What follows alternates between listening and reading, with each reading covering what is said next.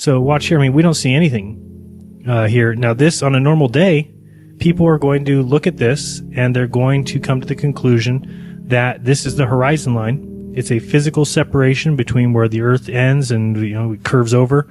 And that's as far as we can see, period. But on this specific day, the sun gets behind and creates a silhouette. So you'll see that coming up here shortly. And the fact of the matter is that these mountains are not floating and levitating in the air. They're just not. They're not a mirage.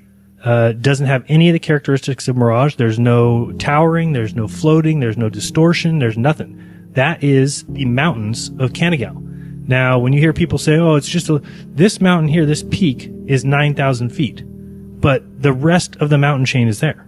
So granted, can you see down to 1,000 feet or down to the shore? No, because you're looking over a vast amount of water. And again, reading these things that I read today are just more backup of that, of exactly what's going on here.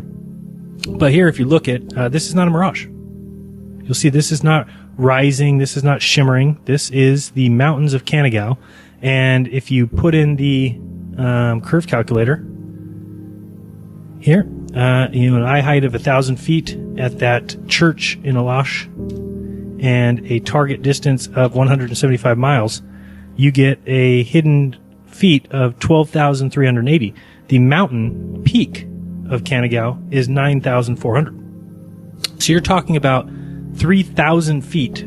These mountains should be the very tip right here, should be 3,000 feet below the curve. So what do you believe in that's floating these to the top? What is lifting mountains to the top? It's just not what they say.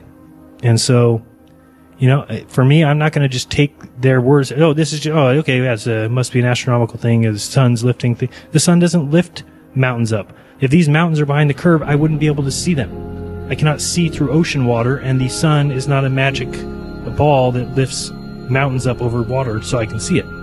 It's just not the way it works. So, and this is not a mirage. And that's what they want to try and call it, because there's no other excuse for why we're seeing things at such distances that we shouldn't. And there's still people who go around and tell me that every observation that we see matches perfectly on the globe. That is an observation, and it doesn't match the globe at all. In fact, it would be impossible on any globe unless you believe in floating land and levitating mountain chains.